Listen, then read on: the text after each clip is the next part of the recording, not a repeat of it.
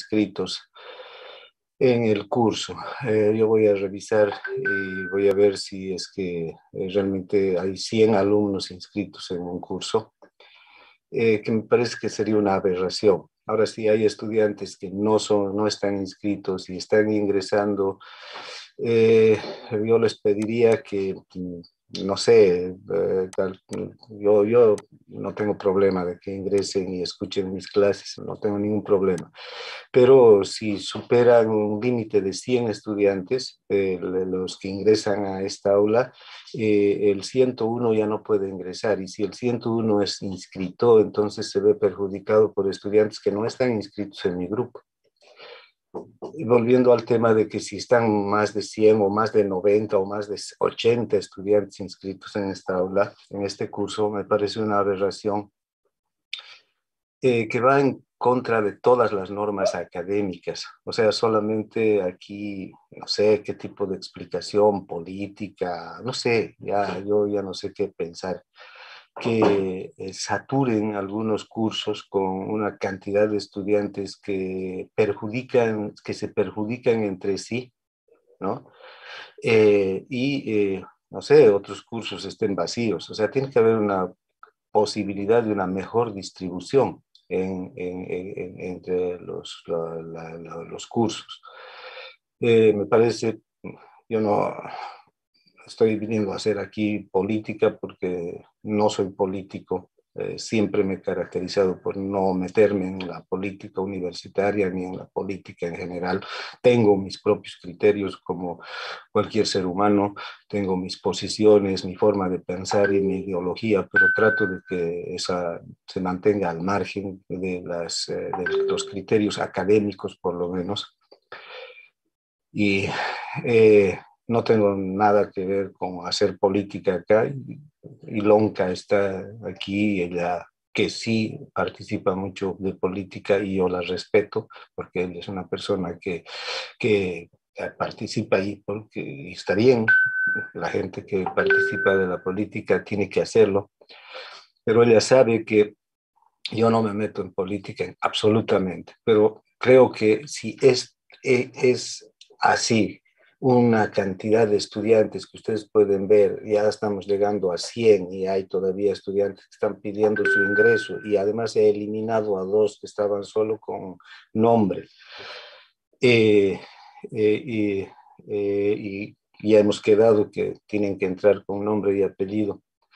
Entonces, si esto es así, veo que hay una pésima gestión académica en la carrera. No tengo nada contra el doctor Dorado, pero si él permite que se haga esto, me parece que está haciendo una mala gestión, ¿no? Él se está proponiendo para candidato al decanato, perfecto, que le vaya bien, etcétera, pero aquí está haciendo una pésima gestión, porque no puede permitir que un curso se sature y que los estudiantes que se han inscrito oportunamente queden perjudicados de esta manera.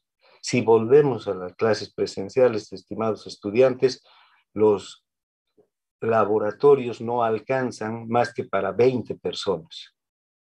Entonces, ¿dónde van a entrar los otros 15 estudiantes que están saturando cada uno de los grupos, del B1, el B2 y el B3? Finalmente, la clase teórica no es problema.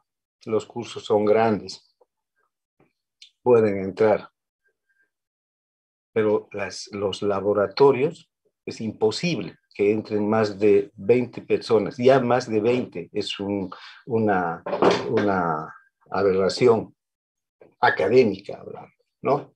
Entonces, bueno, estamos en esta.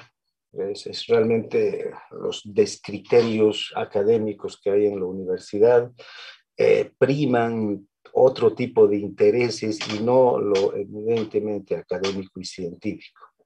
Eso lo puedo decir sin ningún problema, porque no me postulo, no quiero que alguien que gane uno u otro en las elecciones, no me voy a favorecer ni me voy a perjudicar porque gane uno u otro director de carrera o decano. lo único que espero de ellos es que cumplan con sus labores académicas y científicas, ¿no es verdad? Entonces, como les digo, yo puedo opinar sobre esta situación y veo que hay una aberración enorme.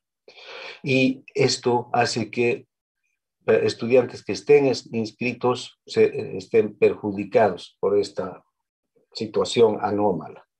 Bien, eh, eh, entonces vamos con nuestro avance, de qué es lo que importa al final de cuentas.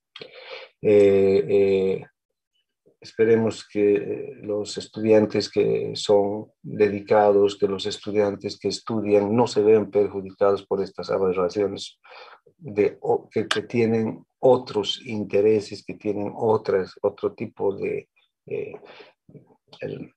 consideración y no lo académico. Bien, eh, lo mismo digo de todos los traspasos, todas las dobles carreras, etcétera, y que saturan también a la carrera de medicina, y no porque no puedan entrar más estudiantes a la carrera de medicina. La carrera de medicina tiene capacidad para recibir a muchos estudiantes, pero lo que pasa es que entran más estudiantes por otros mecanismos que por el examen. Fíjense la injusticia con los buenos alumnos.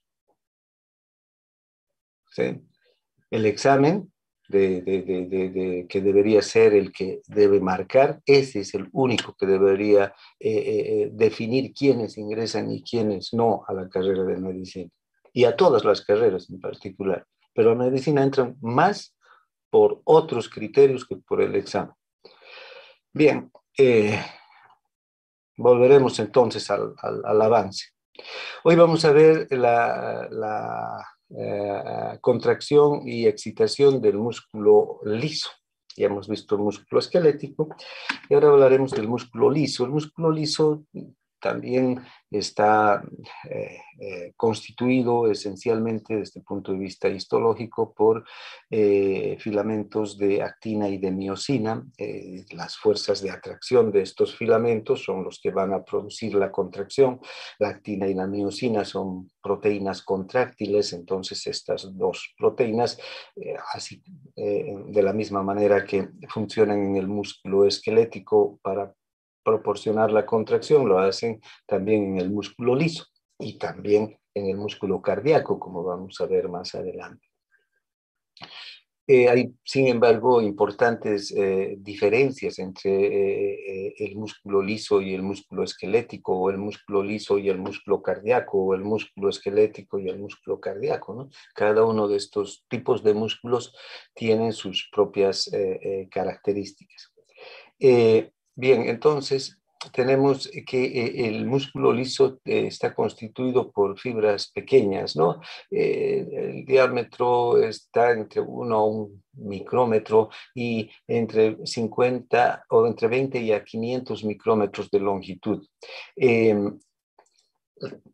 Como les decía, tanto la actina como la miosina son las proteínas que van a participar en la contracción. La actina y la miosina son proteínas contráctiles.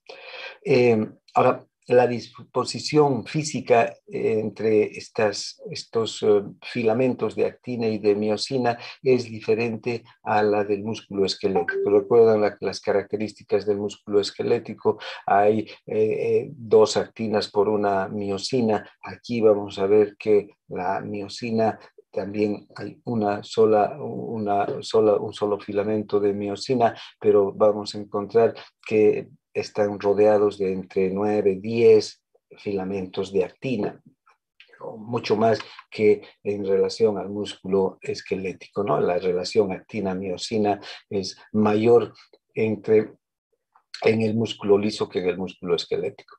Ahora, el músculo liso es un músculo que está distribuido por todo el organismo, y hay muchas características que podrían hacer que los podamos agrupar a los a las diversas variedades de músculos lisos que están en los órganos y en otras estructuras del organismo. Hay músculo liso, por ejemplo, en la pared de los vasos, ¿no? En las venas, en las arterias, en las arteriolas. Hay músculo liso en el esófago, hay músculo liso en el estómago, hay músculo liso en los uréteres, hay músculo liso en la vejiga, hay músculo liso en el colon o en el colédoco. Fíjense, órganos tan diferentes tienen como estructuras de sus paredes el músculo liso. Entonces, tenemos variedades de músculo liso en el organismo. Es difícil clasificar, se los podría clasificar por las dimensiones físicas, pero también aquí hay una variedad enorme de dimensiones físicas, ¿no? Hay algunos que tienen entre 20 a 50 micrómetros, otros que van a llegar hasta los 200 micrómetros de longitud.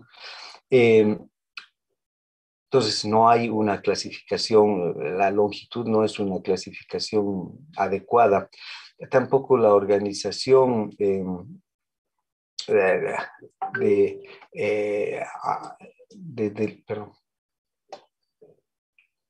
músculo liso en relación a los fascículos o láminas en los que está organizado, o en respuesta a diferentes tipos de estímulos.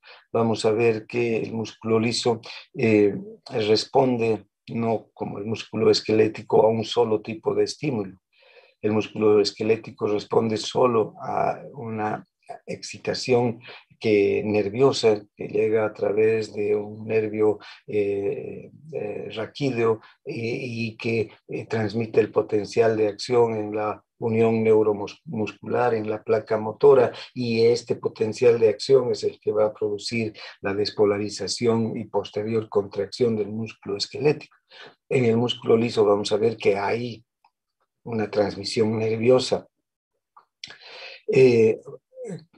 que puede producir la despolarización del músculo liso y la contracción también del músculo liso, pero también hay estímulos mecánicos, ya no estímulos eléctricos o nerviosos, sino estímulos mecánicos como la distensión del músculo liso, que va a provocar también su contracción, o estímulos químicos o estímulos hormonales.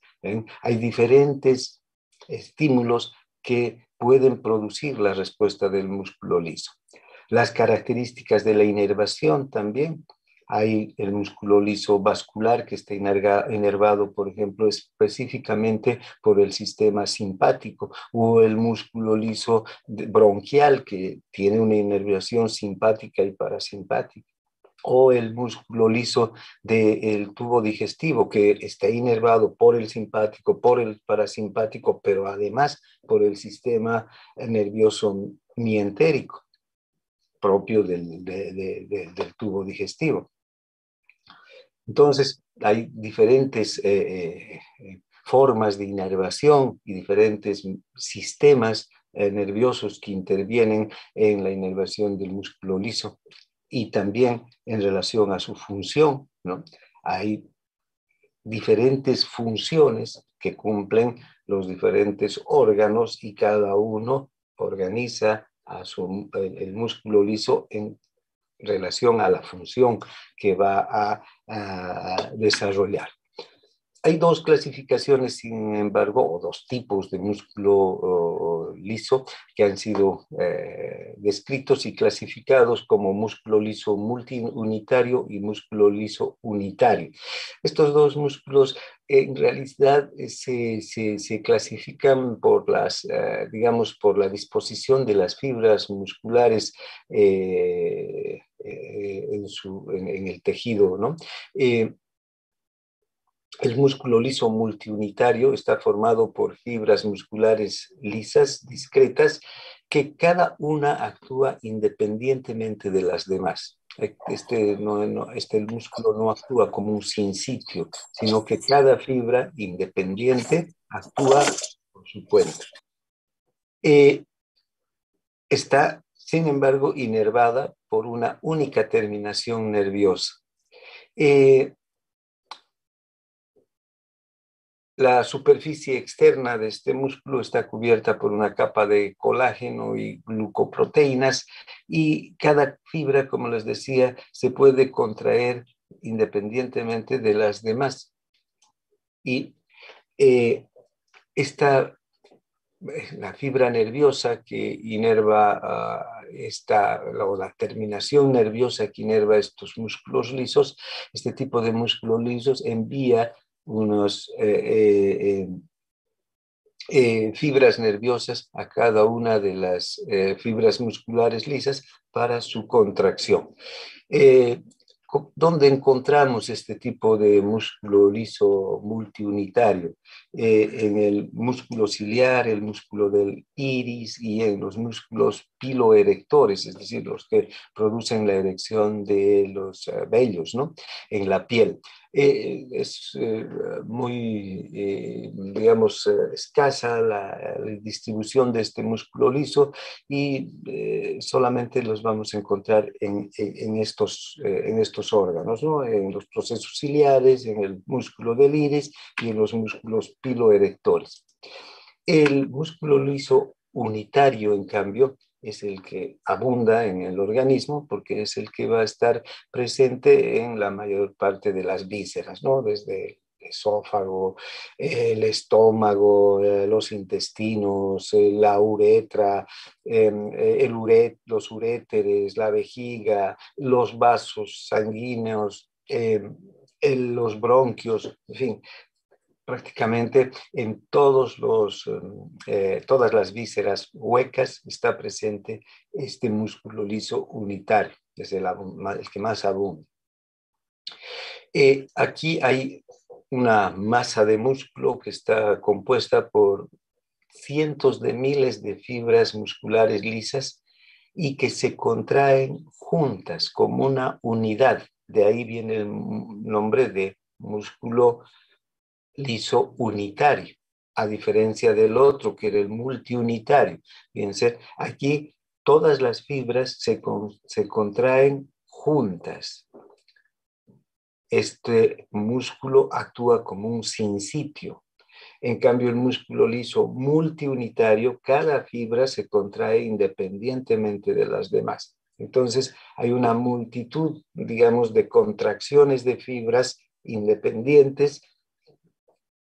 independientemente de las demás. Cada una se contrae en un sentido y de manera, digamos, autónoma, independiente. En cambio, en el músculo liso unitario, cuando hay un estímulo, todas las fibras se van a contraer juntas, como una unidad, como si se tratara de una sola fibra muscular. Estas fibras están dispuestas en láminas o fascículos, también eso lo diferencia del músculo liso multiunitario, y sus membranas están adheridas en diferentes puntos. Estos puntos donde se adhieren las membranas se llaman cuerpos densos. Enseguida vamos a ver la estructura del músculo liso unitario. De tal suerte que esto hace que la fuerza que se genera en una fibra se transmita a la siguiente y así sucesivamente, y esta fuerza de contracción llega a ser muy potente.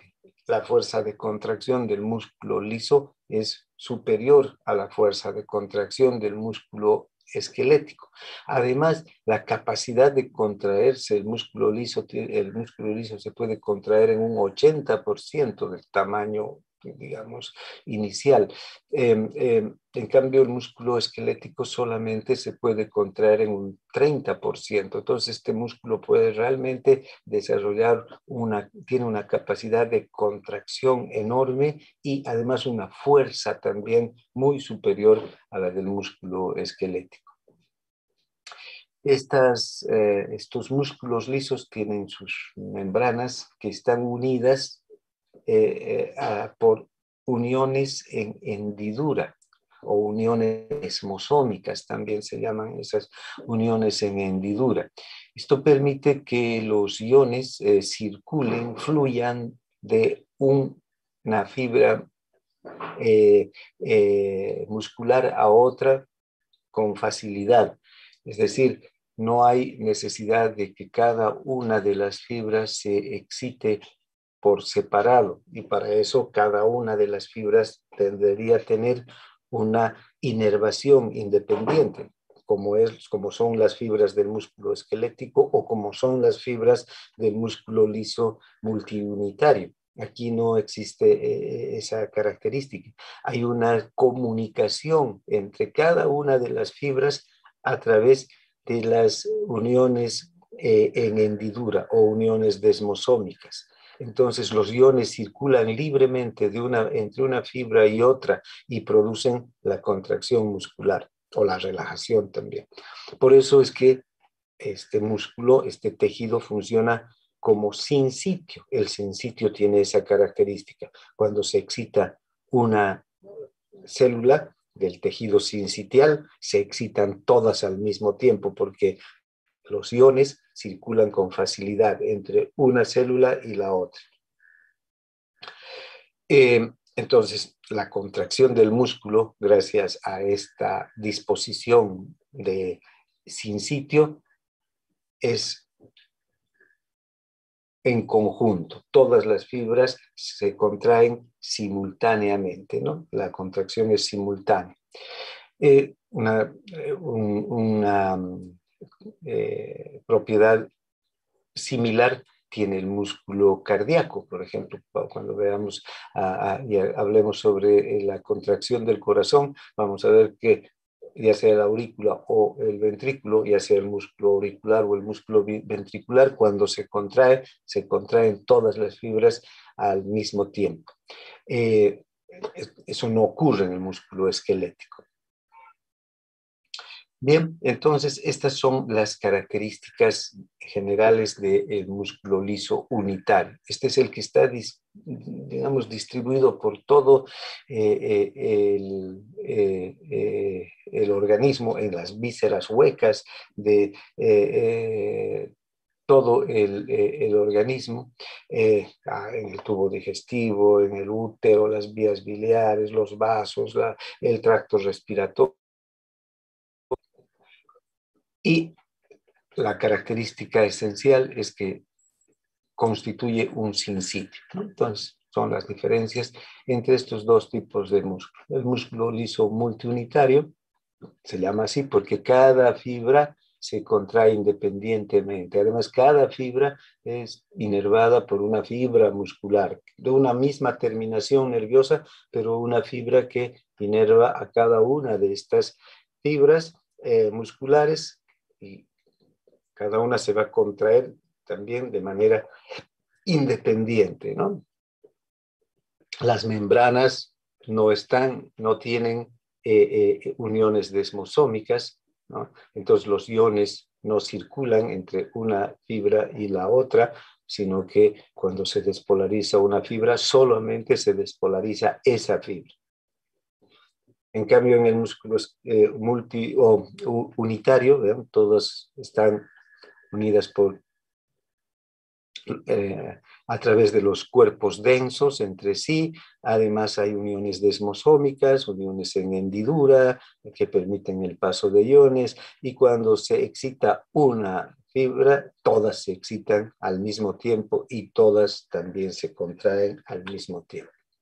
Ahora vamos a estudiar en especial al músculo liso unitario. Y vamos a ver la base química de la contracción del músculo liso unitario, ¿no? Este músculo tiene exactamente las mismas proteínas que tiene el músculo liso o que tiene el músculo esquelético. Tiene la actina y la miosina, que son las principales proteínas contráctiles.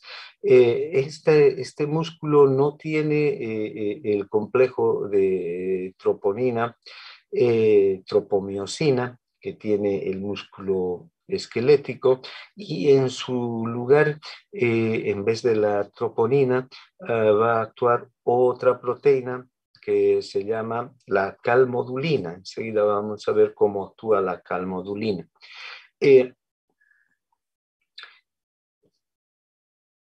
Sin embargo, a pesar de esta diferencia, los filamentos de actina y de miosina actúan de forma similar que en el músculo esquelético. La cabeza de la miosina se une a la actina y gracias a esa unión se produce la contracción. También el proceso contráctil va a ser activado por los iones calcio. Troponina como en el músculo esquelético, porque aquí no hay troponina, tropomiosina. En este músculo hay lo que se conoce como calmodulina, es otra proteína similar a la troponina en su función, pero diferente en sus características de funcionamiento. También en el músculo liso, el ATP se degrada a ADP para proporcionar la energía para la contracción, porque puede haber actina, puede haber miosina, puede haber iones calcio, puede haber calmodulina, pero si no hay ATP, no hay posibilidad de contracción, porque no hay energía para la contracción. El ATP se va a degradar a ADP para proporcionar la energía. Ahora, acá este ATP se va a degradar a ATP por un mecanismo diferente que el que se produce en el músculo esquelético. En el músculo esquelético es la cabeza de miosina que tiene una actividad ATPasa, la cabeza de miosina es la que degrada el ATP a ADP y toma el fosfato de alta energía para la contracción. Aquí, en este músculo, la cabeza de miosina no tiene esa actividad ATPasa. Es la calmodulina la que va a activar una otra proteína, una miosincinasa, que va a ser la que va a fosforilar a la cabeza de la miosina. Bien, ¿cuál es la base física entonces para la contracción del músculo liso? Si ustedes observan, este es un fascículo muscular y aquí podemos observar que hay muchas fibras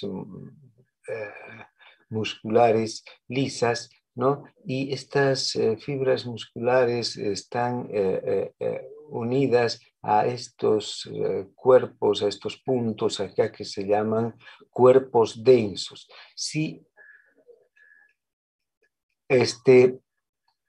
agrandamos la fibra entre cuerpo denso y cuerpo denso, vamos a tener esta fibra muscular lisa, ¿no? Si sacamos acá. Entonces aquí tenemos un cuerpo denso que es donde se ancla la actina. Estos filamentos delgados son los filamentos de actina. Y este filamento grueso que está aquí al medio es el filamento de miosina. Entonces, vean, podemos agrandar. Aquí también tenemos, de aquí, donde se ve más claramente, cuerpo denso y cuerpo denso, los filamentos de actina y el filamento de miosina. ¿Ya? Ahora, los cuerpos densos pueden estar unidos además a la membrana celular de la fibra muscular. Esto para proporcionar el anclaje y reforzar el anclaje de la actina en los cuerpos densos. Si ustedes recuerdan, la actina se ancla en el músculo esquelético, la actina se ancla directamente en los discos Z, ¿no? Y también la miosina, pero la miosina lo hace a través de la titina, que es otra proteína contráctil, que es una proteína elástica en realidad más que contráctil, que le sirve a la miosina para unirse a los discos Z. Aquí no hay discos Z, hay cuerpos densos. Estos cuerpos densos entonces actúan como disco Z, ¿no? Son el lugar donde se va a anclar la actina. Ahora,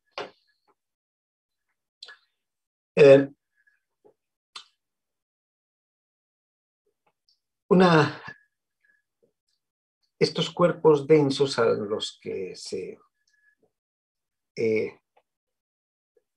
unen la membrana y a los que se va a anclar la actina, se va a unir la actina, son los que van a permitir que se desarrolle la fuerza y que es muscular, porque esta fibra que está aquí distendida, luego se va a contraer, y cuando se contrae, entonces los filamentos de miosina van a también recorrer a los de actina, los van a superponer entre sí, y este cuerpo denso va a quedar más cerca de este otro, ¿no es verdad? Puede llegar a contraerse hasta un 80% de su longitud esta fibra muscular.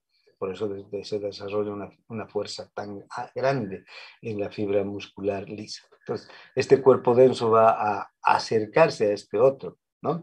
Y además, vean, esto es en una fibra independiente, pero si vemos acá, en una fibra donde hay más cuerpos densos, este cuerpo denso se va a acercar a este, ¿no? Y a su vez, este de arriba se va a acercar a este, y este también a este, y entonces toda la estructura muscular se va a acortar enormemente durante la contracción, ¿no? Porque no solamente es esta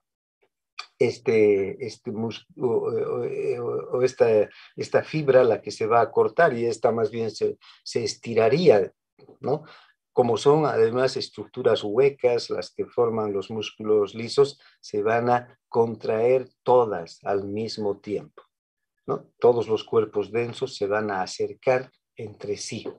Ese es un mecanismo importantísimo para que el músculo se acorte y desarrolle una fuerza enorme. En cambio, en el músculo esquelético hay una limitante. Generalmente esa limitante está a las distancias entre las superficies de inserción de los músculos.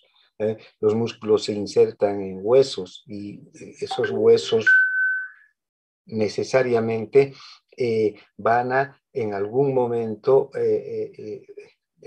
limitar que se siga contrayendo el músculo, porque no van a poderse acercar más los dos puntos de anclaje, los dos extremos del músculo esquelético. En cambio, en un órgano hueco eso no sucede, ¿no? Y ese órgano hueco puede ir disminuyendo su diámetro cada vez más y más y más, hasta incluso cerrar el diámetro. Bien. Entonces, esas son las características desde el punto de vista físico, ¿no? De la contracción. Ahora, si ustedes pueden observar, estos son los filamentos de actina, y aquí están los filamentos o el único filamento de miosina, que está cada uno de estos filamentos está compuesto por moléculas de actina y de miosina. Estos son polímeros, ¿no? Que tienen muchas moléculas de actina y de miosina cada uno. Bien, ahora, pero estos filamentos de actina, en el caso del músculo liso, son muchos, puede haber de 5 a 10 filamentos de actina por una miosina, a diferencia también del músculo esquelético, donde hay 2 filamentos de actina por 1 de miosina, ¿no? Aquí entonces los cuerpos densos actúan como los discos Z, los que les decía hace un momento, y una cosa interesante es que la diferencia aquí entre el músculo esquelético y el músculo liso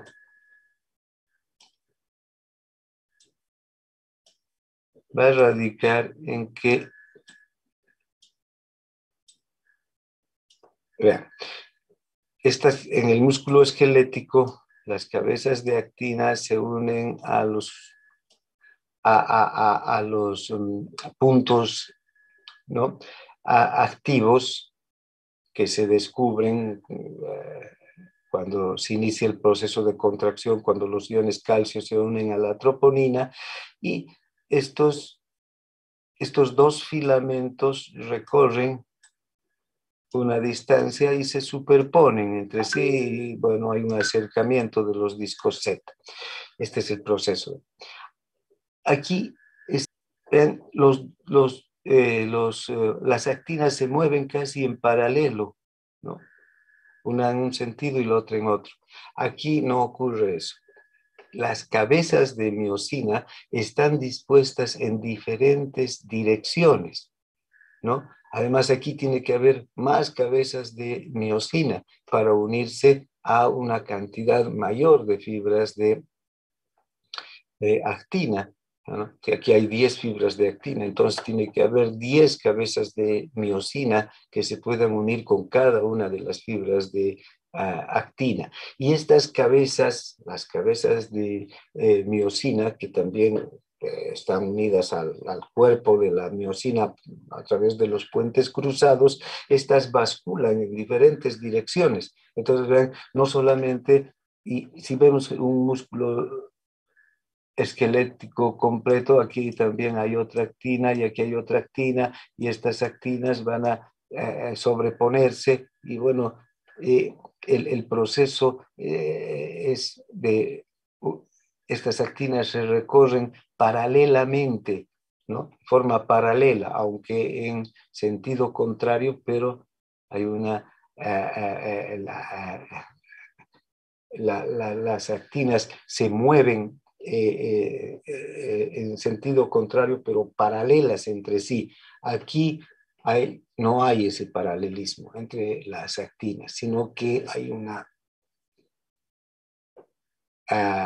movimiento en diferentes direcciones, ¿no? Mientras una cabeza de miosina tira de un filamento de actina en una dirección, y el otro filamento de miosina o la otra cabeza de miosina va a tirar de una actina en otra dirección.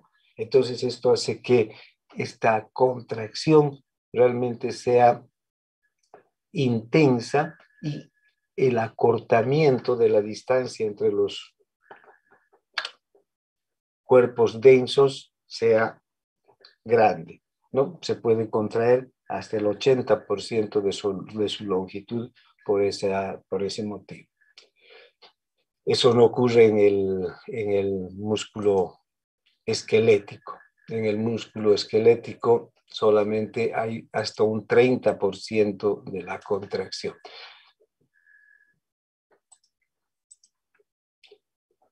Bien, entonces hay, como ya hemos podido observar, muchas diferencias entre el músculo liso y el músculo esquelético, ¿no?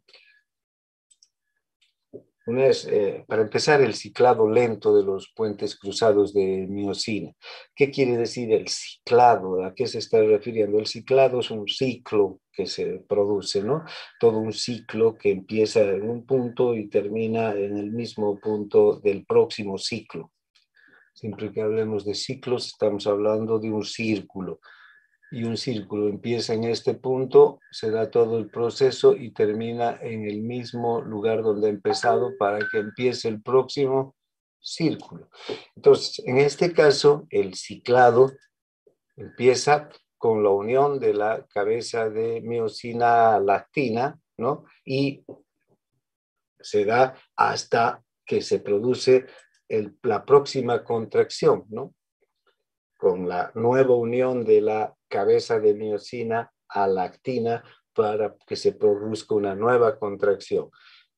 Luego, esa cabeza se produce la contracción, la cabeza de miosina tiene que quedar libre, ¿no? Y otra vez todo el mecanismo de excitación para que la cabeza de miosina nuevamente se una a la actina, y esta unión produzca la contracción y así ciclo tras ciclo.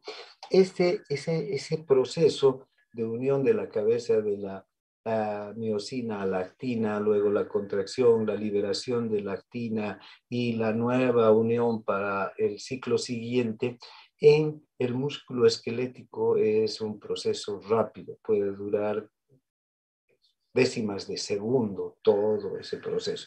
Acá el ciclado puede ser mucho más lento, ¿no? La contracción puede ser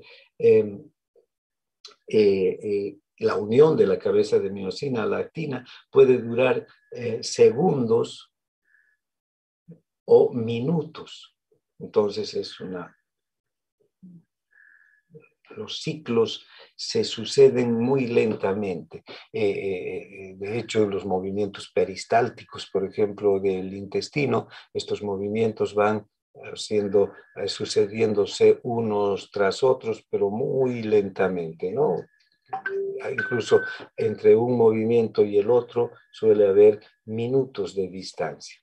Bien, ahora, por otro lado, se necesita menos energía para mantener la contracción del músculo liso, porque cada vez que se une la miosina a la actina, se necesita ATP, pero como el ciclado es lento, ¿verdad? Estas uniones entre la miosina y la actina duran más, entonces se utiliza menos ATP que en el músculo esquelético. De hecho, la lentitud en el inicio de la contracción en el músculo liso va a ser menor, ¿no? El músculo liso se contrae lentamente, en cambio el músculo esquelético se contrae muy rápidamente. Nosotros hacemos movimientos con los músculos esqueléticos, pero que duran algunos milisegundos, ¿no? Como un parpadeo, por ejemplo. Esos son músculos esqueléticos, los músculos de los párpados, que el parpadeo es, vean, una fracción de segundo, cerramos los ojos y luego nuevamente los abrimos. Entonces, o cualquier movimiento también de los dedos en especial, o de la lengua, ¿no? Que son músculos que realizan movimientos pero muy rápidos. Entonces, el inicio del movimiento ahí tiene una duración de milisegundos. En cambio, en el músculo liso, ese inicio del movimiento se va dando muy lentamente, ¿no? Puede transcurrir segundos hasta que el músculo liso empieza a contraerse y se contrae por minutos y luego termina la contracción. También hay una diferencia importante, hay una mayor fuerza de contracción muscular, ¿no? El músculo esquelético se contrae entre 3 a 4 kilogramos por centímetro cuadrado de fuerza, así, ¿no? La fuerza de contracción es esa. En cambio, el músculo liso tiene de 4 a 6 kilogramos por centímetro cuadrado de fuerza de contracción. Y algunos de los músculos lisos tienen una fuerza de contracción enorme. Por ejemplo, el del músculo liso del estómago, ¿no? El estómago es una verdadera molienda, es capaz de triturar, destrozar todos los alimentos que han ingresado luego de la deglución y convertirlos en una papilla semilíquida como es el quimo. Entonces, el estómago tiene una fuerza de contracción de las más altas, 6 kilogramos por centímetro cuadrado, ¿no? El mecanismo del cerrojo también es otro mecanismo que es diferente en el músculo esquelético y el músculo liso. El mecanismo del cerrojo en el músculo esquelético es rápido, ¿no? El músculo se contrae y luego se relaja inmediatamente. En cambio, en el caso del músculo esquelético o del músculo liso, el mecanismo de cerrojo es diferente porque el el músculo se va a mantener contraído por más tiempo. Y eso se debe a que una enzima es la que fosforila a la cabeza de la miosina, como vamos a ver enseguida, ¿no? Una enzima, una miosincinasa, es la que fosforila, es decir, hace que el ATP se hidrolice, libere un fosfato de alta energía y ese fosfato de alta energía se une a la cabeza de miosina. Eso hace la miosincinasa. Y para que ese fosfato que está unido a la cabeza de miosina se libere de la cabeza de miosina y vuelva al ADP y se una nuevamente al ADP, necesitamos otra enzima, una fosforilasa. Esta fosforilasa va a desfosforilar a la cabeza de miosina, va a ser lo contrario de la miosincinasa. Entonces, mientras la fosforilasa no actúa, el mecanismo de cerrojo continúa. Y el mecanismo de cerrojo, es decir, el mecanismo que permite la contracción del músculo liso, que la actina y la miosina interactúen y se acorten las fibras, ese mecanismo va a durar más mientras el estímulo también esté presente, ¿no? Bien, entonces, son diferencias entre el músculo esquelético y el músculo liso, que los hace los músculos muy distintos porque tienen diferentes funciones, ¿no? Bien. Ahora, ¿cómo se produce el estímulo y cómo se produce la contracción en realidad en el músculo liso? El músculo liso se contrae gracias a diferentes tipos de estímulos. Y todos estos estímulos que se dan en el músculo liso tienen como objeto el aumento de la concentración de iones calcio en el medio intracelular, porque el ion calcio es esencial para la contracción del músculo liso. Al igual que hemos visto en el músculo esquelético, el ion calcio juega un papel fundamental, esencial para su contracción. Aquí también el ion calcio tiene que estar presente. Si no hay calcio, no hay contracción. Entonces, el calcio, este ion calcio que participa de la contracción del músculo liso, a diferencia del ion calcio que participa en la contracción del músculo esquelético, en el caso del músculo esquelético, el ion calcio proviene del retículo sarcoplasmático, ¿no? Que es un depósito de calcio. Acá los iones calcio no provienen del retículo sarcoplasmático. Aquí el retículo sarcoplasmático en el músculo liso es un retículo pequeño que no contiene calcio. Los iones calcio provienen del líquido extracelular. En el líquido extracelular hay mayor cantidad de iones calcio que en el líquido intracelular. Entonces, los estímulos que van a llegar al músculo liso, lo que hacen es abrir canales de calcio para que el calcio ingrese al interior. ¿Y qué tipos de estímulos hay? ¿Ven? Aquí también se diferencia mucho el músculo liso del esquelético. En el músculo esquelético solamente está el impulso nervioso, que viene del asta anterior de la médula espinal por un nervio raquídeo y produce la liberación de acetilcolina y la acetilcolina se une al receptor nicotínico y etcétera, etcétera.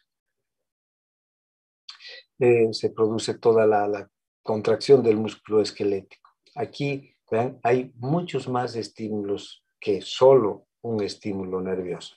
Está la estimulación nerviosa e incluso la estimulación nerviosa puede ser diferente. Por ejemplo, en el músculo liso vascular es el simpático, el sistema nervioso simpático, el que va a excitar y va a producir el ingreso de los iones calcio al interior del músculo liso vascular. En cambio, en el caso del músculo liso gastrointestinal, ya no va a ser el simpático, sino va a ser el parasimpático el que va a actuar. El sistema nervioso parasimpático a través de la acetilcolina, que va a permitir que se abran canales de calcio para que el calcio ingrese al interior del músculo. También puede haber la estimulación del sistema nervioso mientérico, ¿no? El sistema nervioso mientérico, como ustedes saben, se divide en dos plexos, ¿no? Uno superficial, ¿no? Y uno profundo, ¿no? El muscular y el mucoso, ¿no? El de Auerbach y el de Meissner. Entonces, en este caso, la estimulación nerviosa va a venir a través del plexo de Auerbach, ¿no? Que estimula la acción muscular en el sistema gastrointestinal. También puede haber una estimulación hormonal. Hay muchas hormonas que estimulan al músculo liso. Está en primer lugar la acetilcolina, la noradrenalina, luego está también la serotonina, puede estar la histamina, la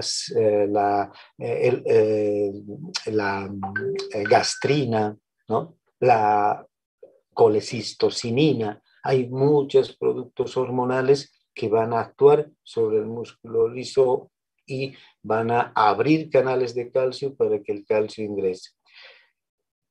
Por otro lado, también hay estímulos mecánicos, como la propia distensión de la fibra. Por ejemplo, en el músculo liso vascular, cuando aumenta el volumen sanguíneo, el aumento del volumen sanguíneo en los vasos distiende a estas fibras musculares y estas en respuesta se contraen. Lo mismo puede ocurrir en el tracto gastrointestinal, ¿no? En el intestino, por ejemplo. Llega el bolo alimenticio o el contenido alimenticio al intestino delgado, el quimo, llena el quimo el intestino, lo distiende y es solo ese estímulo, además del estímulo nervioso y hormonal, pero ese estímulo hace que el intestino se contraiga o cuando, por ejemplo, hay gases en el intestino. Todos hemos tenido alguna vez meteorismo, tenemos gases, pues tenemos el abdomen hinchado, incluso nos duele cuando hay estos gases. ¿Por qué? Porque los gases distienden la pared intestinal y luego la respuesta de la pared intestinal es contraerse con fuerza. Entonces hay ese estímulo, ¿no? De la propia distensión de la fibra. Pero también puede haber cambios en el ambiente químico alrededor del músculo, como por ejemplo en una peritonitis o en una infección, también puede producirse distensión y luego contracción del músculo. Bien, ahora, entonces vean, hay diferentes estímulos que pueden producir la contracción del músculo liso. ¿Y cómo se produce la contracción del músculo liso? Acá el músculo liso, reiteramos, tiene actina, tiene miosina, pero no tiene troponina, no tiene tropomiosina, pero sí tiene una proteína que es muy parecida a la troponina y que regula la contracción del músculo liso y es la calmodulina, ¿no?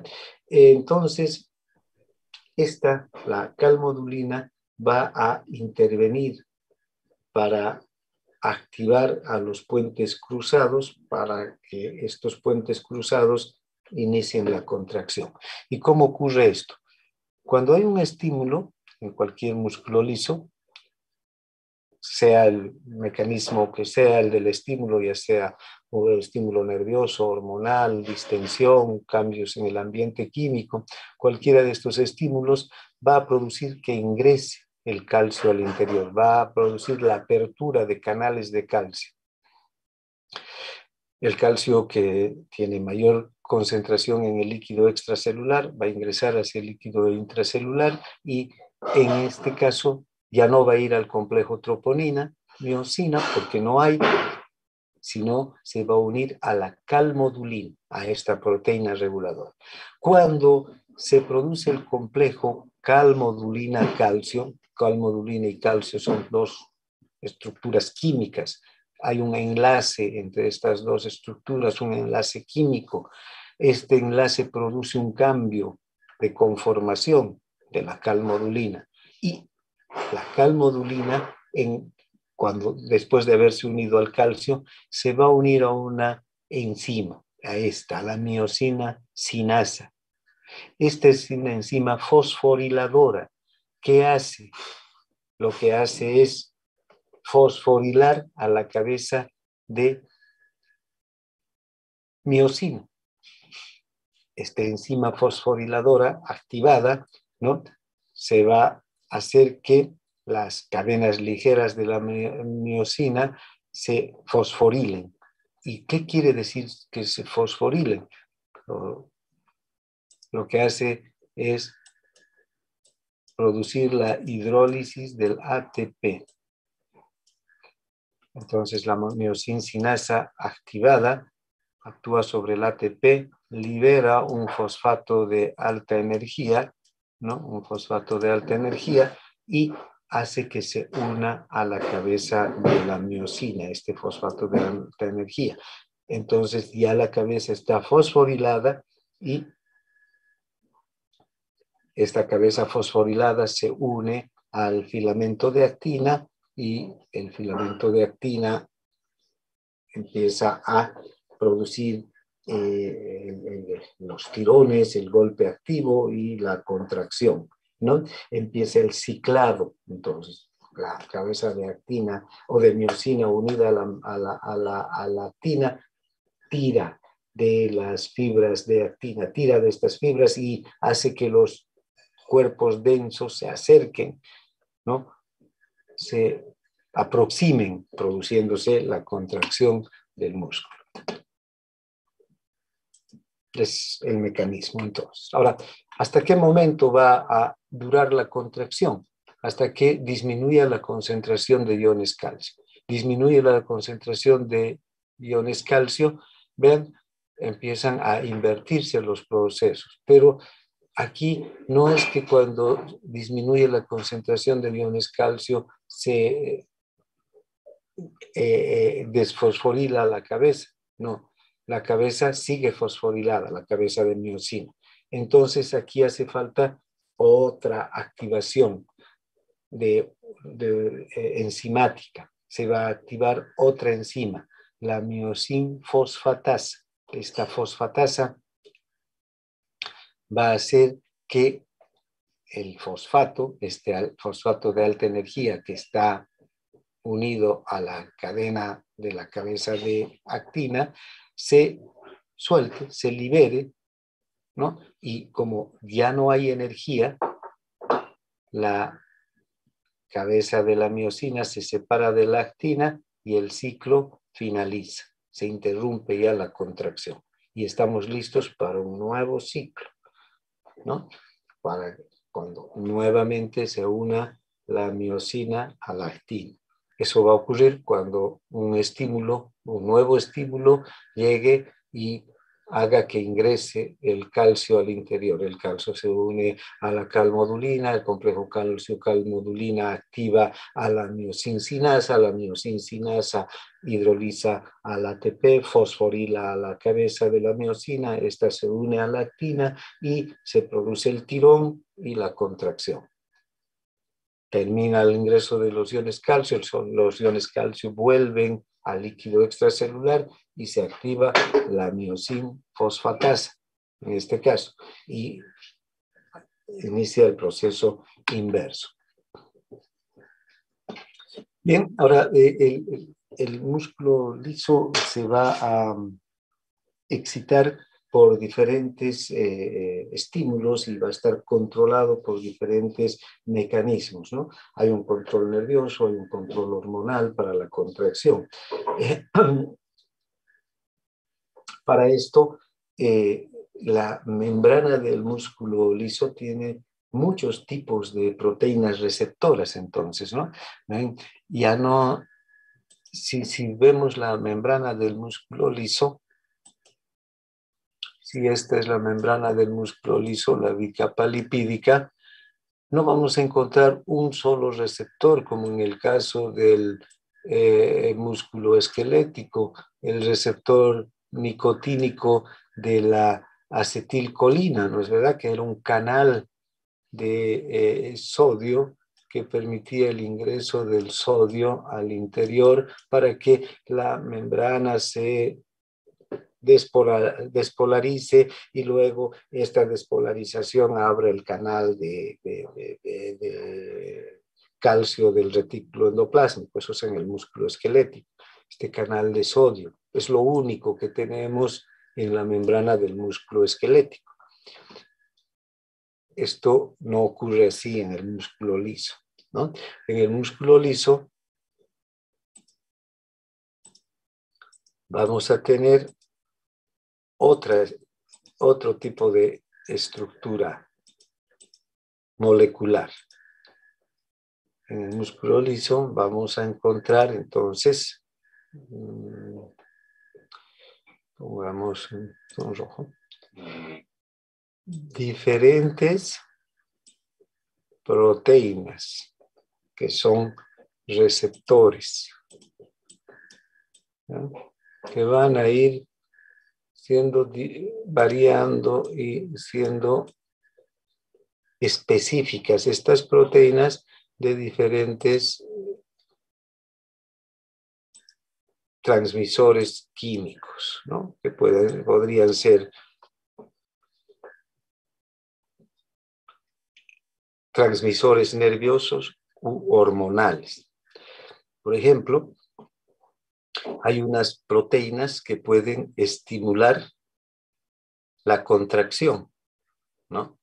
Estas proteínas, por decir, esta puede ser una proteína que estimula la contracción. En el caso del músculo liso bronquial, pongamos como ejemplo, esta proteína va a ser un receptor de acetilcolina, ¿sí? Y esta proteína, ¿no?, va a permitir que ingrese el calcio, ya sea que sea un canal de calcio o sea un mecanismo de segundo mensajero que abre canales de calcio. Generalmente son mecanismos de segundo mensajero, precisamente porque recuerdan, hemos hablado de que el inicio de la contracción es lenta en el músculo liso, es porque generalmente son mecanismos de segundo mensajero. El estímulo llega al receptor, el neurotransmisor llega al receptor y todavía hay un proceso que se tiene que producir dentro de la célula para que poco a poco se empiecen a abrir canales de calcio para que el calcio ingrese al interior de la célula. No ocurre lo mismo en el músculo esquelético, que como es un canal, apenas se abre el canal, el sodio ingresa súbitamente y despolariza en milisegundos el músculo liso, el músculo esquelético. Aquí el calcio va ingresando lentamente. Además, los canales de calcio tienen una característica en general, vamos a ver en todo el organismo, que los canales de calcio son canales lentos, ¿no? El ingreso del ion es lentamente, por eso es que estos procesos de contracción, el inicio del proceso de contracción es más lento. Bien, ahora, este es por ejemplo, una célula. Estamos pensando que puede ser del músculo liso bronquial, ¿no? La acetilcolina va a abrir el, el canal de calcio y se va a contraer. Si hay un estímulo adrenérgico, del simpático. Y aquí tenemos a la noradrenalina o a la adrenalina que actúa sobre su propio receptor. Este receptor va a estar vinculado ya no a un canal de calcio, sino a uno de potasio, y va a hacer que el potasio salga y disminuya, se inhiba la célula. Y entonces, en vez de producir una despolarización, va a producir una hiperpolarización. El potasio va a salir, la célula va a quedar más negativa y el músculo se va a relajar, se va a distender. ¿Ve? Tenemos dos diferentes proteínas que van a actuar como receptores de diferentes también transmisores químicos. E incluso puede haber en el músculo lisobronquial un otro receptor, un receptor de histamina. La histamina se va a unir y va a producir también la salida de potasio y va a producir la relajación del músculo lisobronquial. ¿Ven? Entonces, dependiendo del tipo de músculo liso, en el músculo vascular, por ejemplo, hay receptores para la endotelina, hay receptores para el músculo o para el óxido nítrico, además de receptores para la noradrenalina y para la adrenalina, que van a producir ya en algunos casos contracción y en otros casos relajación. O en el tubo gastrointestinal van a haber también receptores, además de receptores para la acetilcolina y la noradrenalina, receptores en la misma membrana del músculo, unos al lado de otros, por decir, van a haber receptores para la dopamina o para la serotonina o para la gastrina, hormonas que tienen diferentes acciones, pero que y se secretan en diferentes circunstancias, pero que en síntesis unas provocan contracción y otras van a provocar distensión, relajación. Unas van a excitar al músculo liso y otras lo van a inhibir al músculo liso. Por eso es tan complejo el músculo liso. Por eso las enfermedades cardiocirculatorias, las enfermedades circulatorias son complejas para controlarlas porque hay muchos factores en la hipertensión o en la hipotensión que pueden intervenir, o en el caso del músculo liso gastrointestinal también hay muchos factores que intervienen en la contracción y en la relajación del músculo liso gastrointestinal o el del músculo liso bronquial también, ¿no? Entonces son características que hay que tomar en cuenta. Bien.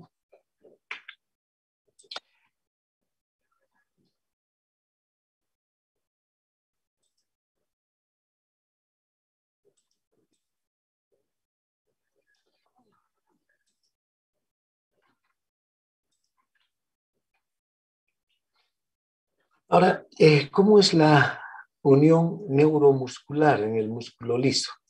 Eh, ¿Recuerdan la unión neuromuscular en el músculo esquelético? Está dado por la placa motora, el axón, la parte terminal del nervio motor llega hasta la fibra muscular. En el punto en el que se unen se produce el valle sináptico. Aquí se produce una verdadera sinapsis entre la fibra muscular esquelética y el músculo esquelético. Hay un espacio sináptico por el que atraviesa la acetilcolina cuando se libera desde el músculo o desde el nervio esquelético. Esas características no existen en el músculo liso, ¿verdad? Ya sea que sea el simpático o el parasimpático el que va a inervar estos músculos lisos. En el caso del músculo liso visceral, ¿verdad? El nervio llega y se ramifica en las inmediaciones del músculo. No va a las terminaciones nerviosas del nervio, no se unen, no hacen una sinapsis con las fibras musculares, sino que se ramifican en las inmediaciones del tejido, del órgano. Y en las terminaciones no hay el pie sináptico, no hay el axón terminal, sino se forman estas dilataciones que se llaman varicosidades. En estas varicosidades es donde se sintetiza la sustancia neurotransmisora. En el caso del simpático se sintetiza la noradrenalina, en el caso del parasimpático la acetilcolina. Y cuando un potencial de acción, un estímulo, llega a través de la fibra nerviosa, desde estas varicosidades se libera el neurotransmisor, la sustancia transmisora. Si es la noradrenalina, entonces la noradrenalina difunde desde aquí hacia todos los sentidos hasta alcanzar, fíjense, a cada una de las fibras nerviosas y despolarizarlas. Además, como este músculo actúa como un sinsitio, recordaremos bien eso, que no necesita llegar a la noradrenalina o la acetilcolina, a esta fibra o a esta fibra o a esta fibra muscular. Basta que despolarice a estas fibras que están por acá, que la noradrenalina o la acetilcolina se una a los receptores que están en estas fibras para que éstas se despolaricen y los iones circulen a través de las uniones desmosómicas o las uniones en hendidura por todas las fibras y se despolarice todo el músculo, todo el tejido simultáneamente y también todo el músculo, todo el tejido se contraiga simultáneamente. Entonces no necesita esta fibra recibir una terminación, ¿no?, nerviosa, ni esta, ni ninguna otra. Basta que el neurotransmisor se libere en las inmediaciones del órgano, este se va a dirigir hacia los receptores y actúa sobre los receptores de las fibras más cercanas y estas se despolarizan y todo el tejido se va a despolarizar en conjunto, ¿no? Estas uniones difusas, ¿no?, son las que van a secretar el neurotransmisor desde estas varicosidades que se forman acá, vean, estas dilataciones, ¿no?, es donde se encuentran las vesículas de los neurotransmisores. Están cargadas de neurotransmisores. Algo parecido ocurre en el músculo liso multiunitario, ¿no? Estas, entonces, varicosidades, estas uniones difusas y en especial estas dilataciones que son las varicosidades, contienen muchas vesículas cargadas de los neurotransmisores. Este neurotransmisor puede ser la acetilcolina o la adrenalina. En algunos músculos la adrenalina es excitadora y en otros es inhibidora. En otros músculos la acetilcolina es excitadora y en otros inhibidora. Por ejemplo, en el músculo vascular, la noradrenalina es excitadora y produce contracción. El músculo vascular no tiene inervación parasimpática, entonces ahí no actúa la acetilcolina. En el músculo liso bronquial, la acetilcolina es excitadora y la noradrenalina inhibidora. O en el músculo liso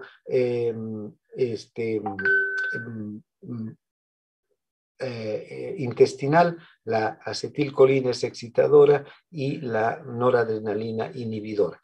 Todo va a depender de la proteína, del receptor sobre el que actúa la noradrenalina o la acetilcolina.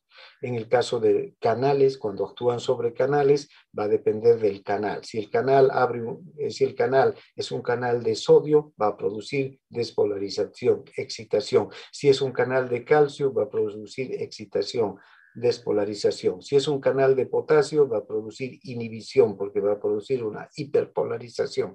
Pero también puede actuar sobre segundos mensajeros, que es sobre, digamos, donde hay más segundos mensajeros que canales, pero estos segundos mensajeros están vinculados también directamente a la apertura de canales. Bien, los potenciales de membrana del músculo liso son diferentes también a los potenciales, por ejemplo, del músculo esquelético. Puede haber potenciales clásicos, ¿no? Podemos observar, por ejemplo, que es un típico potencial de acción, pero una cosa importante, que el potencial de membrana en reposo del músculo liso es más positivo que el del músculo esquelético, menos 60 milivoltios. ¿Recuerdan?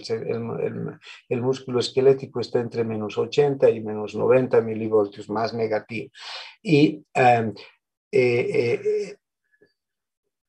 también en el músculo liso pueden presentarse, por ejemplo, en el músculo liso visceral, estas ondas lentas que no son verdaderos potenciales de acción, que estas ondas lentas, cuando atraviesan el umbral, que es generalmente de menos 40 milivoltios, recién producen despolarizaciones, varios estímulos seguidos, y forman espigas.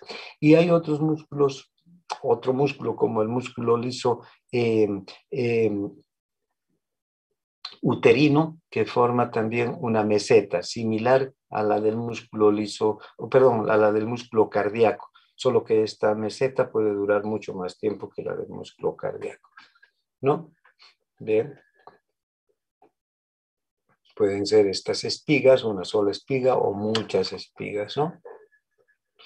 Bien, ahora los canales de calcio son importantes para la apertura o para la despolarización y contracción del músculo esquelético. El ion calcio viene del líquido extracelular, ingresa al interior a través de canales de calcio. Estos canales, como les decía hace un momento, son canales lentos. En general, acostúmbrense a este término, canales lentos de calcio, porque donde hay canales de calcio, estos producen un ingreso lento del calcio, no es como el sodio que ingresa súbitamente. Es una diferencia muy grande entre la velocidad de ingreso de los iones sodio que la de los iones calcio. Bien, el músculo liso multiunitario puede en algunos casos despolarizarse sin potenciales de acción. En cambio, el músculo unitario se va a siempre despolarizar a través de potenciales de acción, ¿no? Ahora, hay muchos factores también tisulares locales y hormonales que pueden determinar la contracción del músculo liso sin potenciales de acción, ¿no? Factores químicos y factores hormonales pueden producir. Fíjense la cantidad de hormonas que actúan sobre el músculo liso, ¿no? Noradrenalina, acetilcolina, angiotensina, endotelina, vasopresina, oxitocina, serotonina, histamina, muchas sustancias que van a actuar sobre los diferentes músculos lisos. Por ejemplo, sobre el músculo liso vascular actúa la noradrenalina, la adrenalina, la endotelina, la angiotensina, la vasopresina, ¿no?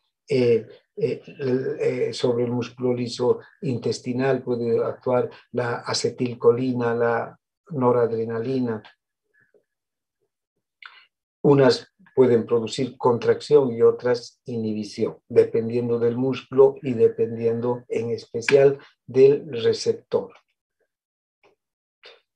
Cuando hay una excitación, generalmente se abren canales de sodio y de calcio, y cuando hay una inhibición, se abren canales de potasio. Esto ya está claro. Cuando se abren canales de sodio y de calcio, los iones positivos ingresan al interior de la célula y la despolarizan. Cuando se abren canales de potasio, abandona la célula y se hiperpolariza. Pueden además producirse activación de receptores de segundo mensajero asociados a adeninatociclasa o adenilciclasa, que pueden hacer que se aumente, que se incremente los segundos mensajeros, como el AMP cíclico o el GMP cíclico. Bien, finalmente, El calcio que va a participar de la contracción del músculo liso proviene del líquido extracelular.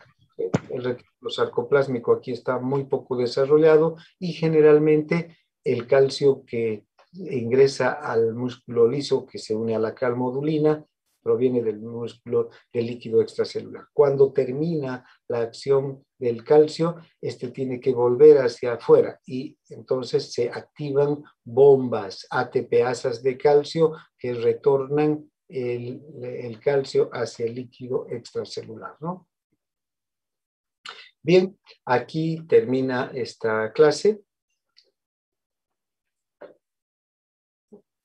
No sé si hay alguna consulta.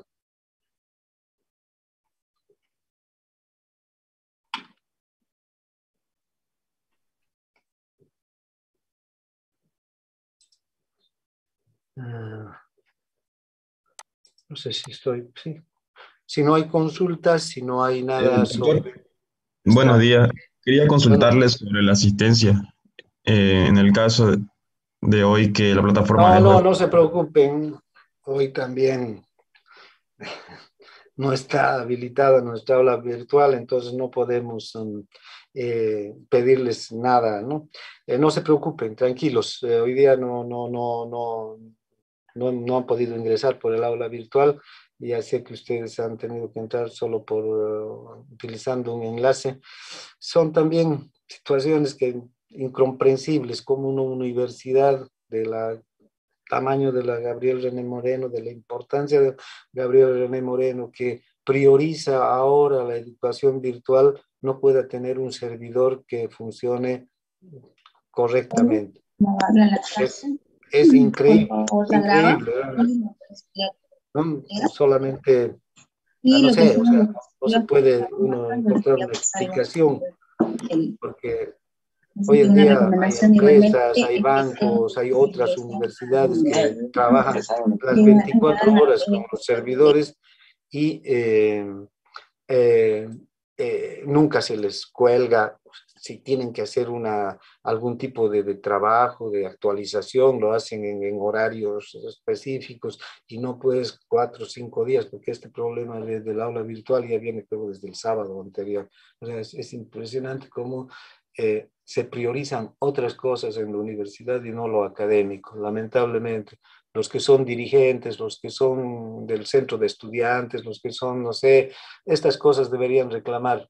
Esto es lo importante, la academia es lo importante en la universidad, no la política.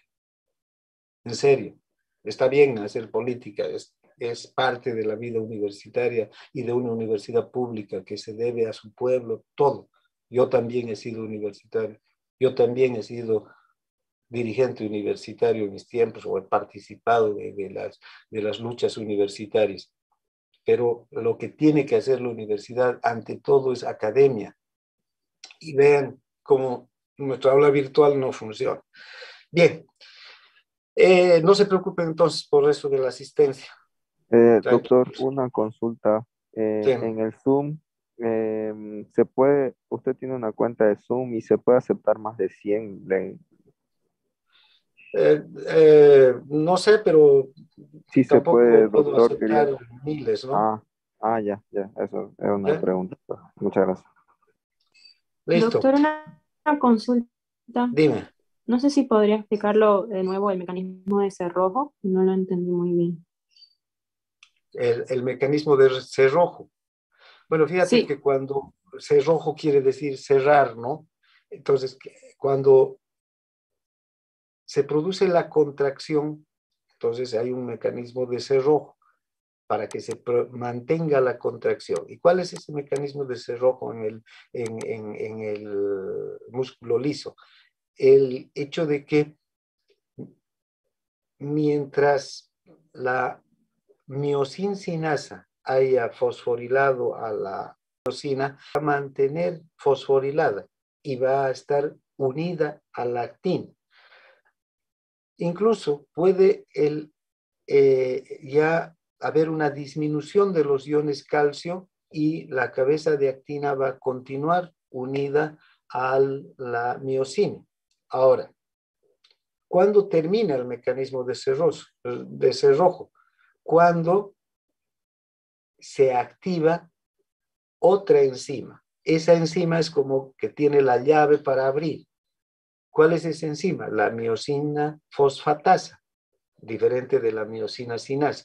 Esta miosina fosfatasa entonces lo que hace es desfosforilar a la cabeza de miosina. Desfosforilar quiere decir quitarle el fósforo, ¿no es verdad? Sacarle el fósforo. Le quita el fósforo y ya la cabeza de miosina desfosforilada se separa de la actina. Entonces ahí ya no hay el mecanismo de cerrojo. Fíjense, entonces el mecanismo de cerrojo aquí se mantiene desde que el momento en que la cabeza de miosina se fosforila gracias a la miosinasa hasta que se desfosforila gracias a la miosin fosfatasa. ¿Está claro? Sí, gracias, doctor.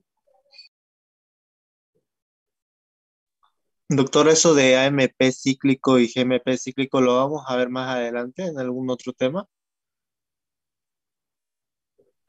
Bueno, ya hemos hablado de estos mecanismos de segundo mensajero, cuando hemos visto los medios de transporte y de comunicación de la intracelular, ¿no? Tienen que leer eso, pero podemos hablar rápidamente si tienen ahora un tiempo. Creo que he dejado de compartir, esperen un segundo. ¿Dónde está? ¿Dónde estoy ahora? Esperen un segundo. Con esto. Compartir. Ya. Y ya. Una en blanco. Pongamos acá. Ya, ¿qué es el AMP cíclico, el segundo mensajero vinculado al AMP cíclico? Esta es la membrana, este es un receptor, ¿sí? Un receptor de segundo mensajero, por decir, de la acetilcolina en el músculo liso. Este es un receptor para la acetilcolina, un receptor muscarínico, no un nicotínico, porque el nicotínico es el que es un canal, se abre el canal e ingresa el sodio. Este es un otro tipo de receptor, de segundo mensajero. Estos receptores de segundo mensajero están unidos a una proteína que se llama la proteína G, que tiene tres subunidades, la alfa, la beta y la gamma.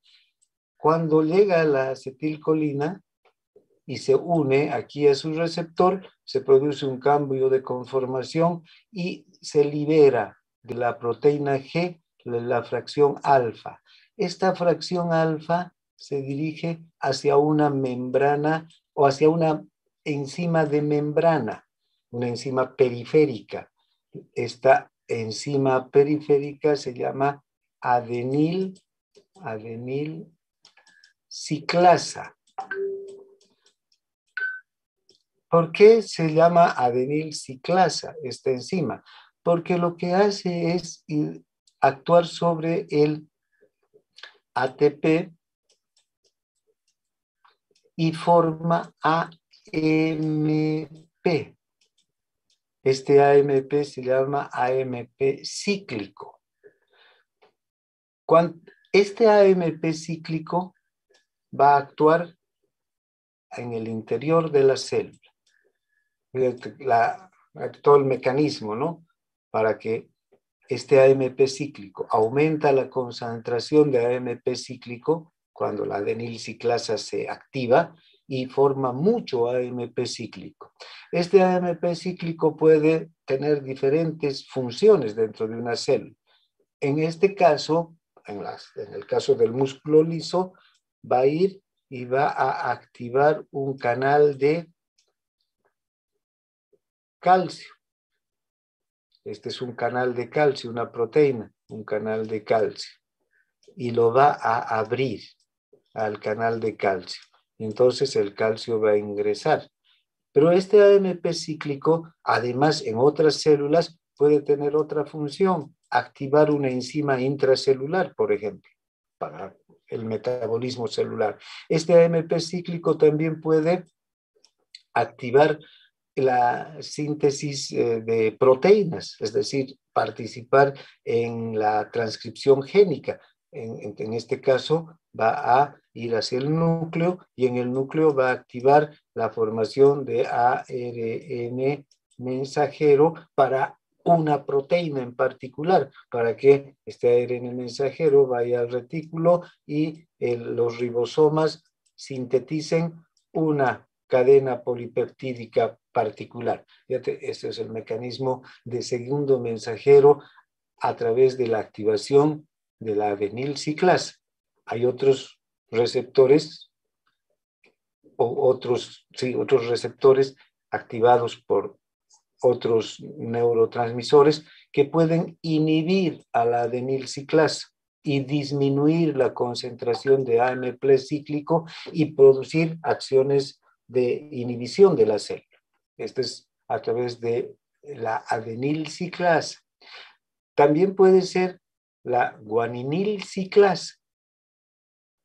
Es otra enzima, también de membrana, y en el caso de la guaninilciclasa ya no se va a activar al ATP para convertir AMP cíclico, sino al GTP, que también es una proteína o es una molécula de alta energía parecida al ATP, y se va a producir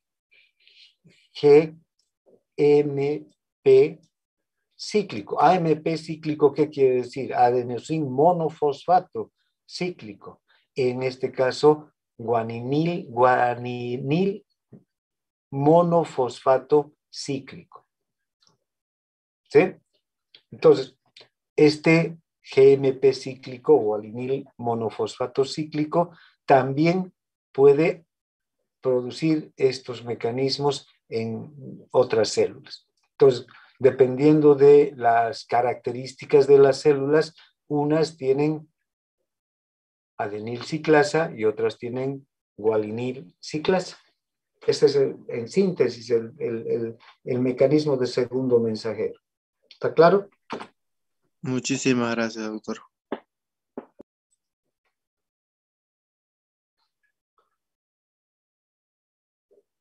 Muy bien. Entonces, aquí quedamos. Dejamos de compartir y nos vemos la próxima clase. Hasta luego, doctor. Mañana. Gracias. Hasta mañana. Gracias, doctor. Hasta Hasta luego. luego. Hasta luego. Chao, chao.